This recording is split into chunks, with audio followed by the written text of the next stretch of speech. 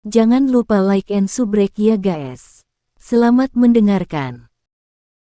Karena dia tidak ingin terus tinggal di kota gurun sebagai pemilik toko yang menjual peta, Haibo Dong mengikuti Xiao Yan dan meninggalkan kota keesokan harinya setelah diskusi mereka selesai. Tak satu pun barang di toko kecil tempat dia menginap dibawa oleh Haibo Dong.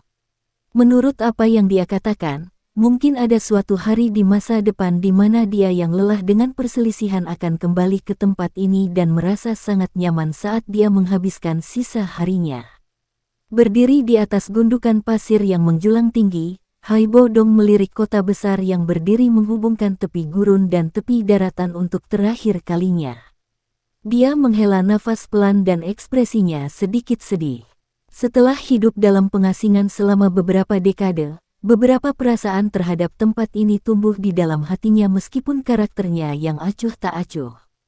Perlahan berbalik, Haibo Dong memandang pemuda berpakaian hitam di sisinya dan bertanya, "Kemana kita pergi selanjutnya?" "Saya ingin melakukan perjalanan pertama ke Rock Desert City. Dua kakak laki-laki saya ada di sana."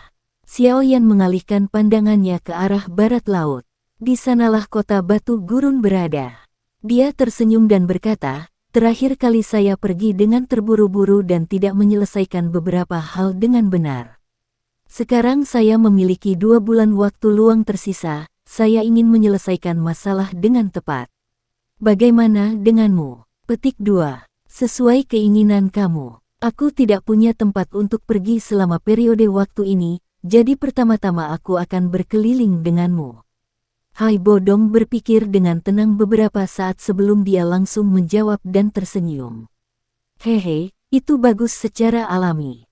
Mendengar ini, Xiao Yan menyeringai dan mengangguk.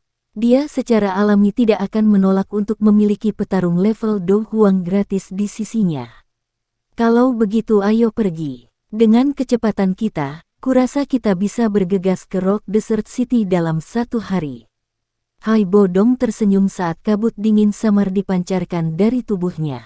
Akhirnya, kabut menggumpal menjadi sepasang sayap es kristal bening. "Baik." Xiao Yan mengangguk. Punggungnya sedikit bergetar dan sayap awan ungu yang ditempelkan di punggungnya seperti gumpalan tato hitam gelap, perlahan-lahan meregang dan terbuka. Sesaat kemudian, mereka berubah menjadi sepasang sayap dengan ukuran yang sedikit lebih besar dari sepasang sayap es milik Haibo Dong. Dengan tatapannya yang mengandung beberapa keanehan, Haibo Dong menyapu sayap berwarna ungu di punggung Xiao Yan. Meskipun Haibo Dong pernah melihatnya sekali di masa lalu, dia masih tidak bisa menahan untuk tidak mendecakkan lidahnya dan memuji, "Aku teknik terbang Do, hal semacam ini adalah sesuatu yang bahkan aku hanya pernah mendengarnya dan tidak pernah melihatnya. Anda benar-benar beruntung bisa mendapatkan salah satunya." Petik 2. Kecepatan ini lebih rendah dibandingkan dengan sayap es Pak Tua. "Apa yang membuat iri?" Xiao Yan tersenyum dan menggelengkan kepalanya. Dia menepuk penguasa suan berat besar di punggungnya dan tiba-tiba mengepakkan sepasang sayapnya. Tubuhnya langsung naik ke udara. "Ayo pergi. Waktunya pergi." Xiao Yan dengan lembut menangis saat dia dengan cepat mengepakkan sayapnya. Dengan bantuan lift tercipta, kakinya menginjak udara kosong. Tubuhnya berubah menjadi cahaya yang mengalir dan melesat ke arah cakrawala yang jauh. Melihat Xiao Yan terbang di depannya, Haibo Dong tersenyum. Dia juga mengepakkan sayap Doki dan dengan cepat mengejarnya. Kecepatan terbang Xiao Yan dan Haibo Dong secara alami adalah sesuatu yang tidak dapat dibandingkan dengan berjalan atau berkuda. Saat itu, ketika dia berlatih, Xiao Yan hampir membutuhkan 10 hari untuk bepergian. Dengan keduanya bergegas untuk menempuh jarak tanpa henti, hanya butuh 1 hari sebelum mereka secara bertahap tiba di tempat tujuan. Ketika matahari yang panas di langit berangsur-angsur terbenam, garis besar kota yang lebih kecil dari kota gurun beberapa kali akhirnya dan perlahan muncul di ujung pandangan mereka. Melihat kota lumpur kuning yang berdiri di dalam badai pasir di kejauhan, Xiao Yan menghela nafas lega. Dia menunjuk ke Haibo Dong di belakangnya dan kecepatan mereka tiba-tiba melonjak. Dua cahaya yang mengalir itu seperti dua meteor yang terbang langsung menuju langit kota Batu Gurun. Di sebuah gedung yang menjulang tinggi di Rock Desert City, dua sosok manusia tiba-tiba muncul saat mereka memandang rendah kota yang penuh dengan rasa gurun. Berdiri di atas tembok bendungan, Xiaoyan dengan lembut menepuk debu kuning dari pakaiannya. Meski seluruh perjalanan berdebu, ada ekspresi gembira di wajahnya. Setelah periode yang lama ini melalui perjalanan mereka, Xiaoyan akhirnya dan dengan tepat merasakan manfaat dari metode Qi yang berevolusi membawanya. Jika ini terjadi di masa lalu, dia tidak hanya perlu sering berhenti untuk beristirahat selama penerbangan dari kota gurun ke kota gurun batu tetapi juga perlu sesekali mengonsumsi pil pemulihan energi agar berhasil tiba di batu kota gurun. Namun sekarang, dengan flame mantra yang berkembang, selain terengah-engah selama perjalanan penerbangan, Doki di tubuhnya tidak menunjukkan perasaan kekurangan. Kondisi kelebihan ini menyebabkan Xiaoyan sangat senang di dalam hatinya. Metode Qi kelas Xuan dan metode Qi kelas Huang memang dua hal yang termasuk dalam kelas yang berbeda. Xiaoyan menghela nafas secara emosional pada perbedaan antara dua jenis metode Qi. Pada saat yang sama, keinginan untuk metode Qi kelas atas sekali lagi muncul di hatinya. Metode Qi kelas Xuan sudah sangat kuat. Bagaimana dengan di kelas Tian? Ketika saatnya tiba, dia mungkin memiliki kemampuan untuk menghancurkan langit dan daratan. Ayo pergi Pak Tua Hai. Setelah menghela nafas secara emosional di dalam hatinya, Xiaoyan tersenyum pada Hai Bo Dong di belakangnya. Masih membawa penguasa Xuan berat yang besar di punggungnya, dia melompat turun dari gedung yang menjulang tinggi ini. Dia memimpin Hai Bo Dong saat mereka melewati beberapa jalan sebelum mereka perlahan berjalan menuju sudut kota milik perusahaan mercenari logam gurun. Berjalan di gurun, tatapan Xiaoyan menyapu jalan ini yang seharusnya memiliki banyak tentara bayaran berkumpul. Dia sedikit mengernyit, tanpa alasan. Dia merasa jalanan saat ini menjadi lebih sunyi. Tentara bayaran yang berjalan naik turun telah menurun drastis dan sebagian besar tentara bayaran memakai lencana yang sama di dada mereka. Setelah tinggal di kota gurun batu untuk jangka waktu tertentu, Xiaoyan secara alami tahu bahwa lencana ini milik perusahaan mercenari pasir. Ada yang salah, kapan jumlah anggota perusahaan mercenari pasir meningkat menjadi sebanyak ini? Xiaoyan bergumam pelan sambil menyipitkan matanya. Dia perlahan melewati jalan ini, mengangkat dagunya dan menatap kompleks besar yang terletak di ujung jalan. Tempat ini adalah markas besar perusahaan mercenari Desert Metal. Dulu, tempat ini ramai dengan aktivitas. Namun, kini jalanan kacau balau dan toko-toko di sekitar sepertinya sudah lama tutup. Angin sepoi-sepoi bertiup, membawa perasaan sepi. Apa ada yang terjadi? Dengan telapak tangannya dengan lembut membelai sisi wajahnya, Xiaoyan tiba-tiba tertawa pelan. Niat membunuh yang terkandung dalam tawa menyebabkan Hai Bo Dong di belakangnya menatapnya sekilas. Sejak dia mengenal Xiaoyan, ini adalah pertama kalinya dia melihat pemuda ini, yang tetap acuh tak acuh bahkan setelah dibodohi olehnya beberapa kali, mengungkapkan sikap seperti ini. Sepertinya kakak laki-lakinya ini memiliki posisi yang cukup tinggi di hatinya. Tangan Xiaoyan dengan lembut mengusap penggaris berat di belakangnya saat dia perlahan berjalan ke ujung jalan tanpa ekspresi apapun. Beberapa saat kemudian, dia tiba tepat di luar pintu perusahaan mercenari Desert Metal. Dia sedikit memiringkan kepalanya. Di luar pintu utama, panji tinggi yang berkibar dari pasukan tentara bayaran telah jatuh dengan lemah ke tanah. Di atas spanduk itu ada jejak kaki yang tak terhitung jumlahnya, menusuk menyakitkan ke mata Xiaoyan. Menghirup napas dalam-dalam, Xiaoyan tiba-tiba memiringkan kepalanya dan dengan cepat berjalan menuju pintu utama. Telapak tangannya perlahan membuka pintu utama. Suara kaca berangsur-angsur terdengar. Setelah itu, celah pintu juga melebar. Ketika pintu hampir setengah terbuka, tombak panjang yang ditutupi dengan darah segar tiba-tiba keluar dari balik pintu dan dengan keras menusuk tenggorokan Xiaoyan. Serangan tiba-tiba tidak menyebabkan ekspresi Xiao Yan berubah. Tatapannya dengan dingin menatap ujung tombak yang membesar dengan cepat. Tubuhnya bahkan tidak bergerak. Ketika tombak panjang yang tajam mencapai sekitar setengah kaki dari tubuh Xiao Yan, ujung tombak itu mulai mencair dengan aneh. Dalam sekejap, tombak panjang itu berubah menjadi tumpukan bubur logam panas. Dengan ekspresi suram, nyala api berwarna hijau langsung muncul dari tangan kanan Xiao Yan. Dia dengan keras menghancurkannya di pintu yang tebal. Seketika, suara teredam lembut terdengar dan lubang seukuran kepala manusia dengan cepat muncul. Tinju Xiao Yan diperpanjang ke dalamnya. Dia membuka tinjunya dan meraih ke depan dengan cara seperti kilat. Segera, sesosok manusia ditarik keluar dengan keras. Kepalanya, yang berlumuran darah segar, pas dengan lubang yang baru saja dibuat Xiao Yan. Tuan Muda Xiao Yan, sosok manusia yang tertangkap memiliki wajah yang keji dan galak. Namun, ketika tatapannya menyapu ekspresi acuh tak acuh Xiao Yan, dia tiba-tiba terdiam sejenak dan segera mengeluarkan teriakan tak sadar yang dipenuhi dengan kegembiraan yang tak terkendali. Teriakan tajam sosok manusia menghentikan tindakan Xiao Yan yang hendak menghancurkan kepala mantan menjadi berkeping-keping. Kilatan dingin di matanya berangsur-angsur menghilang saat dia menundukkan kepalanya dan menatap orang yang wajahnya berlumuran darah segar. Dia mengerutkan kening dan bertanya, "Apakah Anda anggota perusahaan mercenari Desert Metal?"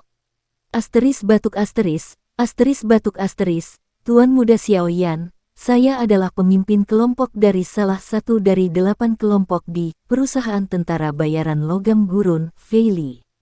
Terakhir kali, pemimpin perusahaan bahkan memerintahkan kami untuk membantu memeriksa gua bawah tanah di gurun. Setelah batuk hebat beberapa kali, darah segar mengalir keluar dari mulut pria itu. Dia membuka mulutnya dan memperlihatkan gigi putih yang diwarnai oleh darah segar saat dia tertawa dengan cara yang konyol. Dengan tatapannya yang berangsur-angsur menjadi lembut, Xiao Yan dengan hati-hati menarik pria itu keluar dari lubang dan dengan cepat memasukkan pil obat penyembuh ke dalam mulutnya. Mata Xiao Yan menyapu tubuh yang benar-benar penuh luka dan akan membantunya menerapkan obat saat dia dihentikan oleh yang terakhir. Tuan Muda Xiao Yan, kamu harus cepat ke tempat latihan. Saya khawatir pemimpin perusahaan dan yang lainnya tidak akan bisa bertahan lebih lama lagi. Ada terlalu banyak anggota Sen Mercenary Company yang datang kali ini. Setelah mengonsumsi obat penyembuh, ekspresi Fei Li jauh lebih baik. Dia menunjuk ke arah tempat latihan pasukan dan berkata dengan suara parau. Perusahaan mercenari pasir, Luo Bu bajingan itu benar-benar berani.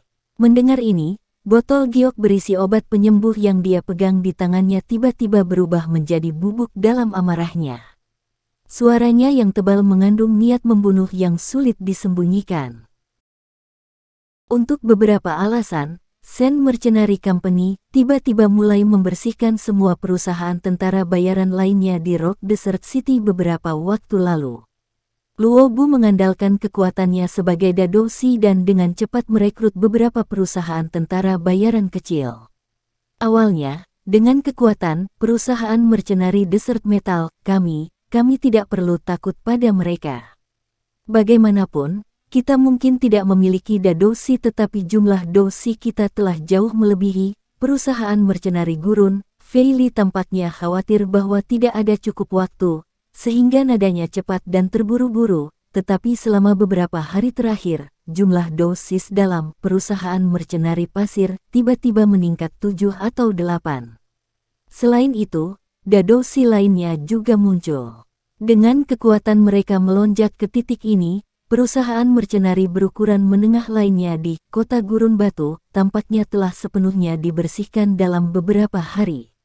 Dan hari ini adalah hari di mana ultimatum yang mereka berikan kepada perusahaan mercenari Desert Metal kami berakhir. Petik 2. Peningkatan 7 atau 8 dosis dan dadosi. Mendengar ini, Xiao Yan tercengang. Dia mengerutkan kening dan berkata, Sen Mercenary Company seharusnya tidak memiliki kekuatan besar seperti ini. Di mana King Lin? Bukankah dia memiliki hewan peliharaan tingkat Dowling? Xiaoyan tiba-tiba teringat gadis kecil yang memiliki murid bunga 3 giok hijau dan buru-buru bertanya. Beberapa waktu yang lalu, sebelum pengumpulan, Sen Mercenary Company, King Lin tidak kembali setelah keluar sekali. Ketika pemimpin perusahaan mengirim seseorang untuk memeriksanya, tampaknya King Lin ditangkap oleh seseorang. Fei Li tersenyum pahit dan menjawab. Sudut mata Xiaoyan dengan cepat bergerak saat dia perlahan menghembuskan nafas. Dia tidak menyangka bahwa dalam 3 bulan sejak dia pergi, banyak hal akan terjadi di sini. Menepuk bahu Fei Li, Xiaoyan dengan lembut berkata, "Baiklah. Serahkan semuanya padaku selanjutnya. Dengan saya di sekitar, perusahaan Mercenary Desert Metal akan baik-baik saja." Fei Li mengangguk dengan berat. Karena dipengaruhi oleh 2 pemimpin perusahaan, dia juga memiliki keyakinan yang tidak diketahui asalnya terhadap pemuda misterius ini. Xiaoyan perlahan berdiri dan mengerucutkan bibirnya. Seorang wanita kejam melintas di wajahnya. Di tempat latihan yang luas, kekacauan hitam kepala manusia dibagi menjadi 2 kelompok. Tatapan yang mereka tembak satu sama lain dipenuhi dengan niat membunuh yang sulit disembunyikan. Di medan pertempuran, 2 sosok manusia bertarung dalam pertempuran putus asa. Serangan oleh kedua orang itu sangat agresif.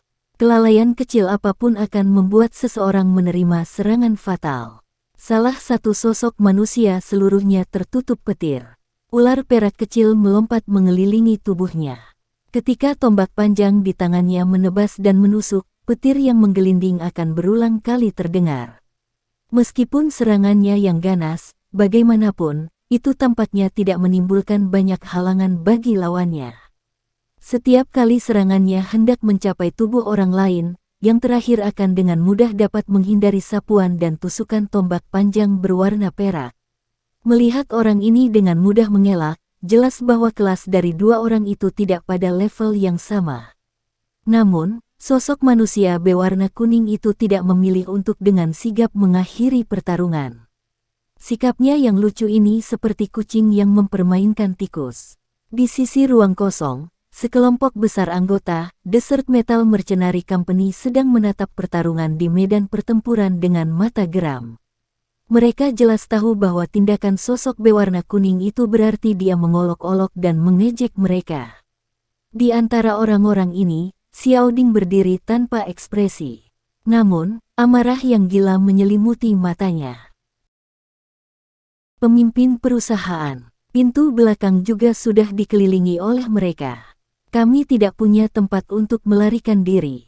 Seorang tentara bayaran dalam kondisi yang agak mengerikan masuk dari belakang dan dengan lembut berkata. Seperti yang diharapkan, mereka benar-benar tidak menyisakan ruang untuk kita. Xiao Ding mengencangkan tinjunya dan menghirup udara es yang dalam. Dia melakukan yang terbaik untuk memastikan bahwa rasionalnya tidak akan tertelan oleh amarahnya saat dia berkata dengan lembut, karena kita tidak bisa melarikan diri, maka mari kita bertarung sampai mati. Jika mereka ingin menghapus perusahaan Mercenary Desert Metal kita, bagaimana mungkin kita tidak membiarkan mereka membayar harga dengan darah mereka?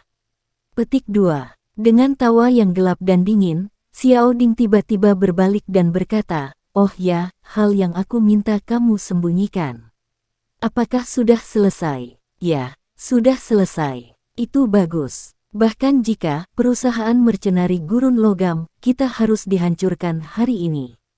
Selama Xiao Yanzi datang ke sini di masa depan, dia pasti akan menemukan hal-hal itu. Setelah itu, dia akan membantu kami memulai balas dendam liar. Xiao Ding tertawa pelan. Dalam senyumannya, ada kejahatan kelam yang sering muncul di wajah Xiao Ding. Kakak kedua akan kalah. Meskipun serangan Doki tipe petirnya sangat kuat, hanya saja lawannya adalah Dadoshi, mengangkat kepalanya untuk menyaksikan pertarungan di medan pertempuran yang dengan cepat mendekati akhir. Tubuh Xiao Ding sedikit gemetar. Kemarahan di dalam hatinya secara bertahap mengikis alasannya. Tarian busur 3 petir. Di medan pertempuran, sosok manusia berwarna perak tiba-tiba mengeluarkan teriakan lembut. Busur listrik berat melompat dengan aneh dari tombak panjang di tangannya. Setelah itu, Mereka dengan liar menembak ke arah sosok manusia berwarna kuning. Haha, sampah hanyalah sampah. Omong kosong apa, Triple Lightning Arc Dance. Di depan kekuatan absolut, tidak masalah apakah itu tipe petir Doki yang terkenal memiliki kekuatan ofensif terkuat. Kalian semua pergi dan mati saja. Menghadapi busur petir yang melesat ke depan, sosok manusia berwarna kuning itu tertawa tanpa terkendali dengan jijik. Tinjunya yang besar tiba-tiba mengencang dan Doki berwarna kuning dengan liar diaglomerasi di atasnya. Sesaat kemudian, sarung tangan itu benar-benar terbentuk yang tercipta dari aglomerasi energi. Tinju yang diperketat tiba-tiba keluar. Angin kencang yang disertai dengan kekuatan ganas menghancurkan bersama dengan busur listrik. Saat keduanya bentrok satu sama lain, tinju dari sosok manusia berwarna kuning menghancurkan 3 busur listrik dengan sangat mudah. Setelah menghancurkannya, kekuatannya tidak berkurang karena menabrak dada Xiaoli. Grok. Menerima pukulan berat, wajah Xiaoli menjadi putih saat seteguk darah dimuntahkan. Tubuhnya diseret di tanah dan terlempar ke belakang selama lebih dari 10 meter sebelum dia dengan keras menabrak batu besar di tepi tempat latihan. Haha, dengan sedikit kekuatan, kamu berani bersikap sombong padaku. Pria paruh baya yang seluruh tubuhnya diselimuti warna kuning Doki dengan dingin tertawa. Kakinya menginjak tanah dan tubuhnya, seperti tank yang mengamuk melesat ke arah Xiaoli, yang telah kehilangan kekuatan bertarungnya. Di tinjunya, ada kekuatan ganas yang tak tertandingi yang dengan cepat berkumpul. Melihat posisinya, jelas bahwa dia tidak berniat membiarkan siapapun tetap hidup. Haha, mati. Mengamati Xiaoli yang berada di sekitarnya, kekejaman muncul di pria paruh baya. Tinjunya dengan keras menghantam ke depan.